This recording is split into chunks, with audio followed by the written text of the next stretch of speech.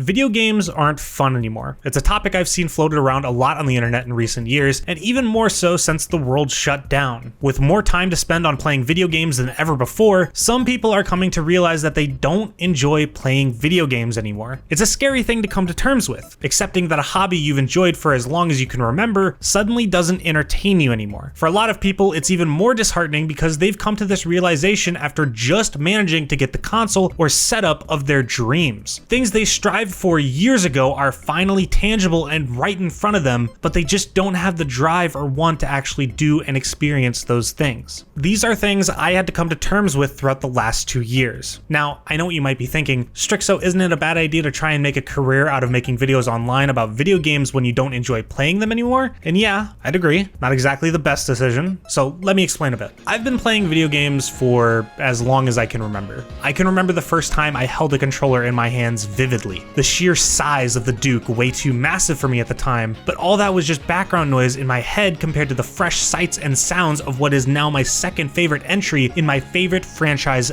ever. Gaming during this time period was limitless. I had no concept of developer or hardware restrictions, the limits of pre-generated responses from NPCs or content in the game to consume. Halo was an infinite universe to create in and experience. Spyro had no end to the amount of dragons I could rescue. Hell, I can remember using an action replay in Pokemon Platinum, using the walk through walls cheat, and accidentally finding shaymin at the end of this long path of flowers. Now obviously I grew out of this mindset eventually, especially after reading a bunch of magazines that delved into the specifics of games and interviewed developers on what they thought about their projects. Thank you, Game Informer. But my love for gaming never subsided. I moved on from consoles after getting my first computer, and in 2016 I managed to save up enough money to buy the hardware of my dreams. With this, I could run any game on the market, and I used it to run a lot of games. Come early 2021, it was time for me to upgrade, and after managing to walk into a Best Buy and just randomly come across a 3090 that I wasn't even looking to buy at the time, I knew it was time to go all out. I managed to get a 5950X, the best motherboard I could buy at the time, and some sick RAM. There were no compromises to this system. Besides the fans, I was running out of money. I built the computer, ran some benchmarks, and then didn't play any games. At first, I assumed I was just unmotivated, or maybe even burnt out. But over time, I came to realize that I just wasn't enjoying games anymore. I got scared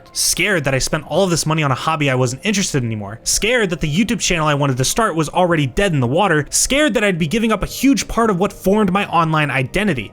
I calmed myself down and I took a step back. It makes sense that I'd start feeling this way about gaming. Doing pretty much anything every day for long enough would ultimately become mundane and boring. So I asked myself, what can I do to have fun with playing games again? For a while I was stumped. But during my time, I decided to just take a break and work on my Ultra Kill video. And while that was technically still gaming, it was mostly for work, and I could take the time to figure out what I wanted to really do about my problem. What I found though is that as I was taking a break from playing games for the most part, my desire to play them started rising again. But once I actually managed to get into a game and started playing, my desire to continue playing them would immediately fall, and I'd get off of it within 30 minutes. What I came to realize is that I had no variety in what I was playing. I would get on my computer and boot up the same FPS games, or just open up Minecraft, which I've been playing for years as well. I decided to actually take the time and figure out other genres of games I could play, and I've never been happier for it. I realized that what I was experiencing overall wasn't me not finding games fun anymore, I just wasn't finding FPS games as interesting. Throughout 2021, I decided to take the effort to branch out into different video games, and what I learned was that I still enjoyed playing video games. I just needed a breath of fresh air. I played games like Forza Horizon, Monster Hunter, Ghost Runner, spent some time on Spyro, replayed Sonic Generations, Sonic Unleashed, Cities Skylines, Dark Souls, Demon Souls. All of these games made me appreciate just playing games in general and reignited my love for the hobby. This peaked when Halo Infinite was released. For 6 years, I waited for a follow-up to Halo 5. I watched any lore video I could come across, scoured Reddit posts and Twitter threads that discussed what would happen in this game, and tried keeping up with the game as much as I possibly could. I've already talked about Halo a lot on my channel, so keep my bias in mind, but this game gave me hope for new releases. Did I have issues with Halo Infinite's campaign? Of course, but how good the gameplay was kept me from noticing them as much as I could have. It had been years since I had the feeling of pure joy and excitement that I had when I first played Halo Infinite on release day. And it was then that I realized that my love for gaming was back the same as it was back then. And what it took was for me to step outside of my comfort zone and try things I would have never thought of. My plan for 2022 is to continue to play games I wouldn't have ever considered before, and I hope that I can convince other people out there to do the same. For the people who came to this video looking for a solution, I'm sorry to say I don't have one. I know that growing out of a thing you loved for so long is tough, and the fact that the child version of yourself could look at everything around you and scream about how you're not taking advantage of it is frustrating to know. But it's okay to not want to play video games anymore. No one's forcing you to do so, and I hope that whatever you're doing now can find you some sense of enjoyment. If you still want to play games but don't find yourself interested, all I can do is give you advice that worked for me. Step 1 is to just take a break. I know this sounds a bit sarcastic, but picking up new hobbies or even just engaging in different forms of entertainment can be fun and exciting. When I first picked up watching anime and films, I was almost overwhelmed by the sheer amount of options I had for things people considered timeless classics. Admittedly, I burned through a lot of the list, but I came out the other side with amazing experiences. I mean, have you seen Mob Psycho? This shit goes crazy. After you take a break, branch out. Play games you would have never considered before. Try new experiences. Sometimes all it could take is a fresh spin on a gameplay loop you've experienced 1,000 times over. I appreciate it if you made it to the end of this video. I know this entire thing was a little different from what I usually upload, but I wanted to give an opinion on a topic I've seen recommended to me recently with a positive outcome. Consider clicking on an end screen to watch more of my videos, or subscribe because I'm like 1K away from 30,000.